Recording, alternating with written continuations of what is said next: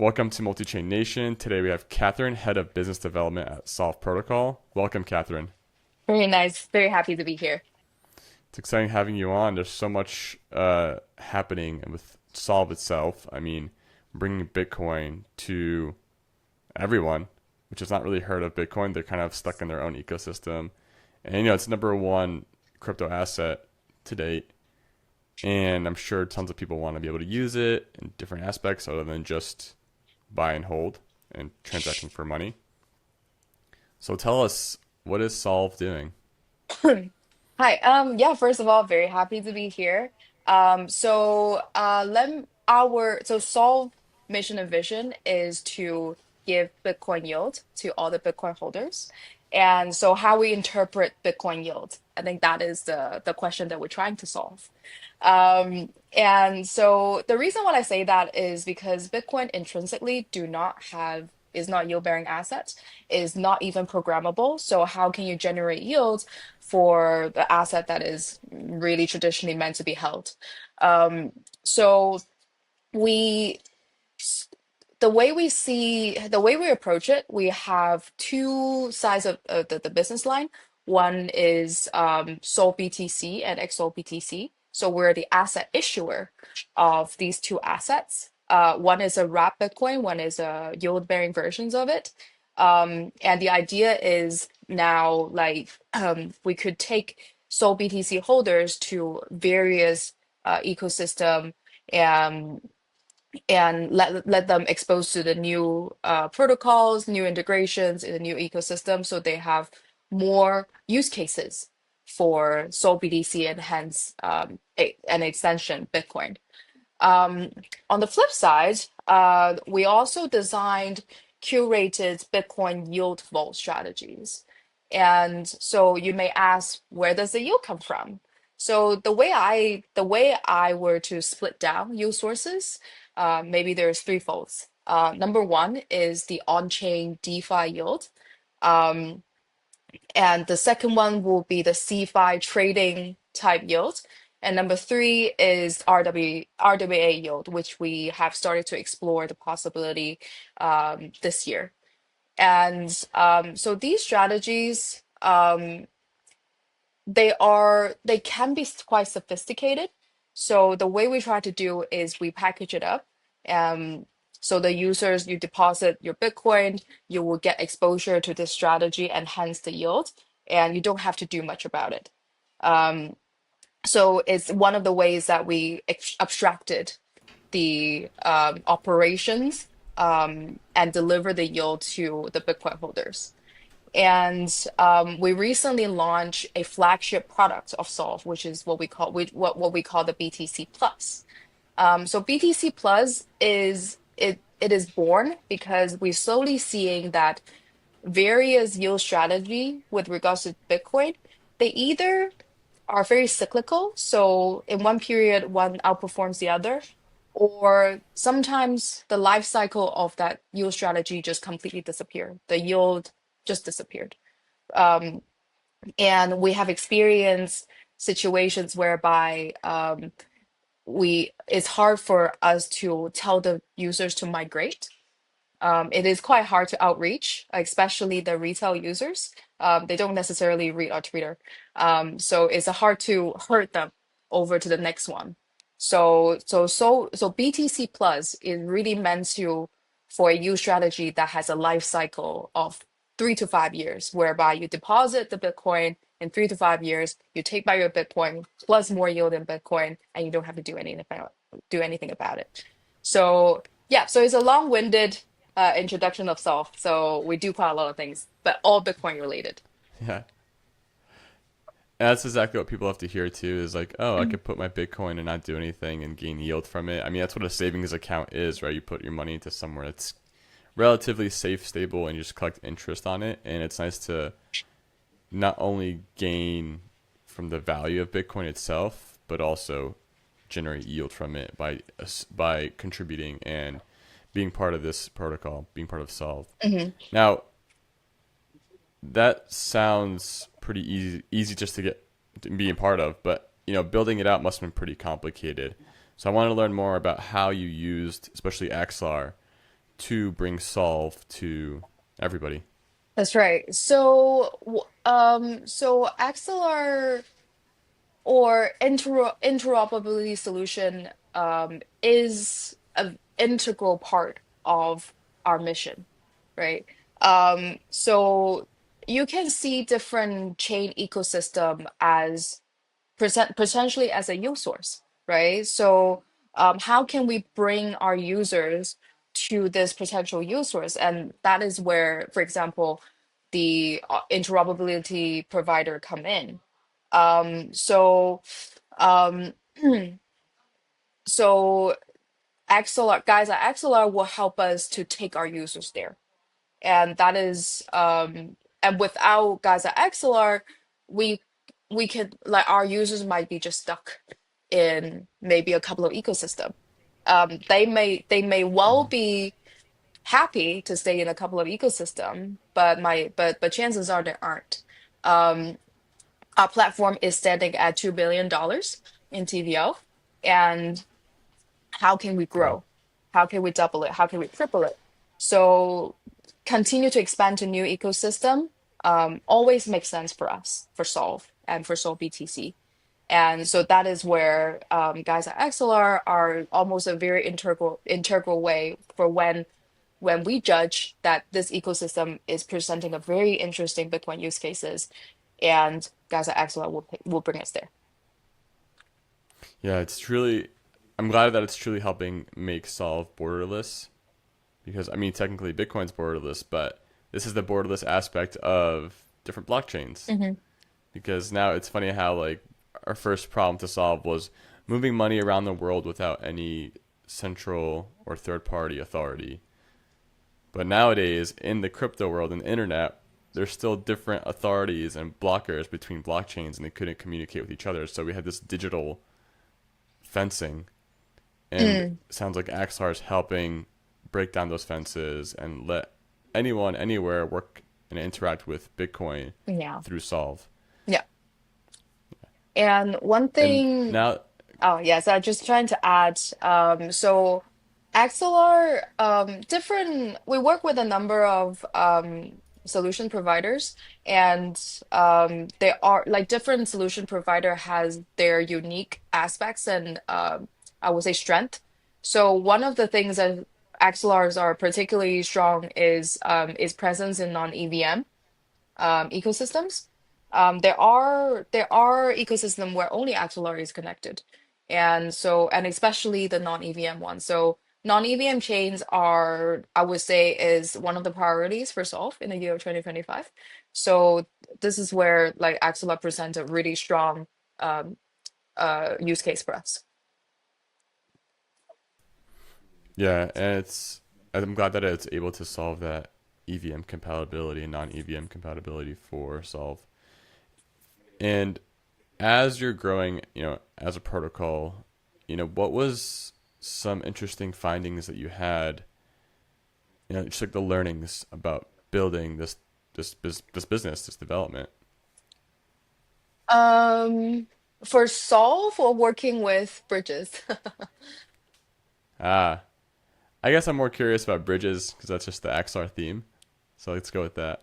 So as an asset issuer, um, I would say asset issuers, different asset issuer might have different, how should I say, internal standards. And Hmm. like for example, Sol BTC, because we're live in so many chains, we like to go with a mint and burn solution. Sorry, uh, yeah, burn and mint solution rather than a lock and mint. And this is something that Okay. we believe that because we're live on 20 chains, it's actually easier to have a burn and mint solution that like if you add all the TVLs from all the 20 chains, then it becomes a total TVL of Sol BTC rather than a lock and mint solution where you kind of have to bridge back to the same chain, and when you count things you have to add and subtract. But we are probably the only the very few asset issuers that have that kind of standard. So when we come to working with interoperability providers, then we need custom flows. And that is just one of the examples that we may be special, and then other asset issuers might have different demands. So I think that it does require interoperability solutions to be quite flexible to kind of Mhm. accommodate asset issuers kind of like our unique internal kind of standard. And so for a user, like what would be your target user, target audience Mm. to So use Solv? yeah, so obviously we only target Bitcoin holders. We don't target stablecoin holders. We only target Bitcoin holders. And as we worked quite a while in this space, we started to, I would probably classify our users into a spectrum. And Mm. I tend to see different types of user are using different parts of Solve.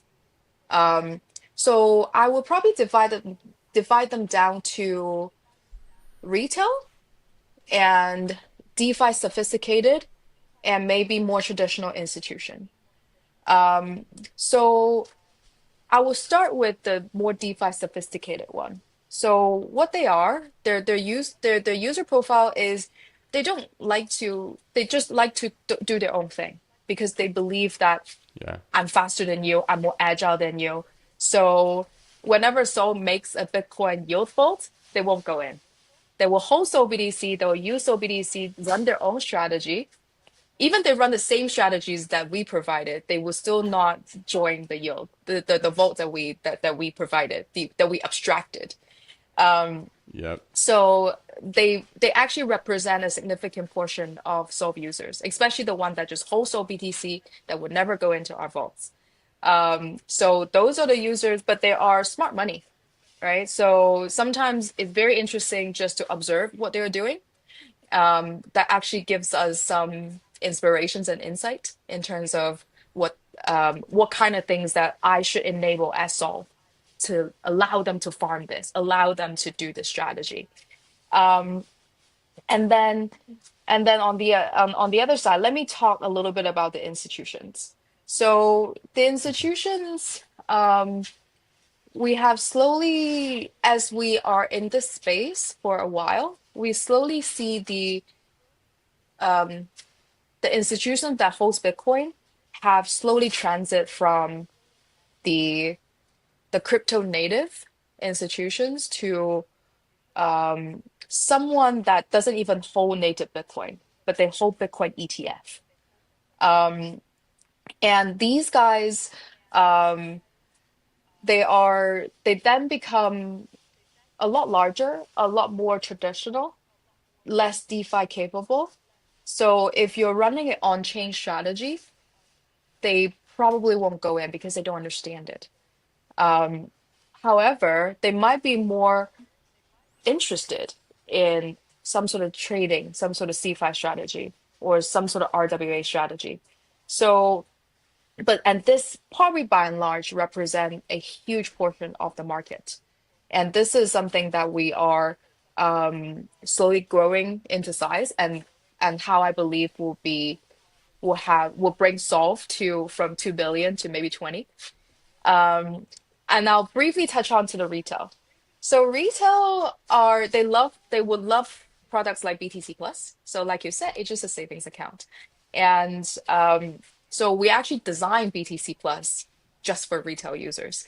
And and then to outreach to these kind of retail holders, then it becomes a completely different strategy. It becomes who is our distribution? Who do we partner up with? Usually, the people that like these kind of products are, for example, centralized exchanges and wallets, and they already have the holders. They're probably not that sophisticated, but they will be very interested in some sort of Bitcoin savings account. So yeah, so again, long-winded way of describing our user spectrum. No, you cover a lot of ground with that too. I mean, as we keep growing as an industry, crypto in general, it is hitting all these different industries, especially I remember, back in 2017, 2013, like institutions were not top of mind. It was more like break down the institutions. That was Yeah. the idea of crypto. But then it evolved into this, all right, looks like we all want to work together and educate each other. Like we need institutions to help push and understand what crypto really means and what it really does, which is borderless Yeah. transactions between anyone. And I think institutions are now understanding the incentive to have that on their systems, to the incentive and financial gain for themselves to adopt this technology rather than relying on banks. And even banks now are trying to create their own stable coins too. So it's a really big it's just a big deal to like really cater to all these markets and cater to institutions especially where they can gain users to adopt technology that they might not be savvy to, like the DeFi traders. So Yeah. it's not an easy feat. Yes. One of the signs that I have was so a couple of days ago is the Mid-Autumn Festival in China slash Hong Kong, and my aunt asked me, "How can I buy Bitcoin?" And yeah, and then that makes me nervous because this is I felt like when she buys it is probably mass adoption, like the time has come, and the reason that she start Finally. yeah, I know, like this is a sign, guys, and for her to know about it, so she loves trading stocks. She's like the Robin Hood, like perfect That's user. fun. Like yeah, like she's very she go on high leverage, and then she's very um running on not much on like rational analysis, and and Gut feeling. yes, but she's probably not doing too bad. So yeah, so when she asking, like, I think the reason that it gets into her radar is because she is very much in tune in the world of finance, in stocks and equity. And because the stocks and equity people are talking about Bitcoin, she's thinking about Bitcoin. And I was quite nervous to recommend her to use a centralized exchange. Um, so I recommended her Robinhood, um, because that is something that is actually is probably where the masses are. So that's literally what I said to her. Just do an account in Robinhood or a Hong Kong equivalent of Robinhood. Um, and for that I feel safe that if she has Bitcoin exposure through those brokers. Yeah, it's a balance, right? You don't want to guide them into a direction they've never experienced, so centralized exchanges, even though it's getting to a point where it's a very similar user experience as stocks. But it's what they're used to and getting them exposed onto something they're already used to. Yeah. You don't have to teach them a whole new tech, a whole new platform, a whole new user experience. It's like it's nice to see institutions like Robinhood really adopting crypto as a whole, and they already have a huge user base, so now they're used to it and they can just get it Yeah. on the spot. Um, Now that you have, I mean, Solv is live. They're building, growing, 2 billion already on your in your protocol. You're grown to 20 billion. That's the goal. Hmm. Um, where what can users like do? Where can they find you? How can they get involved? Yeah, so if you are a DeFi user, you could mint Sol BTC on almost every chain. Our biggest chain is the Binance Chain BNB, but we're also live on Ethereum, Arbitrum Base. Um, if you do want to have a Bitcoin savings account, BTC Plus is a strategies is a product that you might want to take a look at. And if you're smart money, we actually have worked with many many interesting stablecoin issuers to ensure that a Sol BTC backed loan is enjoying probably some of the best the lowest borrow interest rate in the market. So, for example, our Sol BTC USD1 market is currently a very cheap, like Sol BTC holders could borrow World Liberty's USD1 at a very, very cheap rate. And then we've seen a lot of smart money doing that, borrow our USD1 and do a lot of different on-chain strategies. So that is something that we'll continue to work with stablecoin issuers to continue to deliver and making sure that Sol BTC holders are enjoying the best, the cheapest Bitcoin backed loan.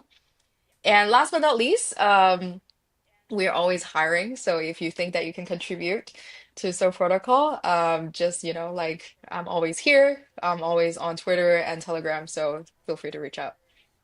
Well, thank you so much, Catherine. It was amazing having you on, and I'm excited to see how Solv keeps developing and growing. Well, thank you so much for having me.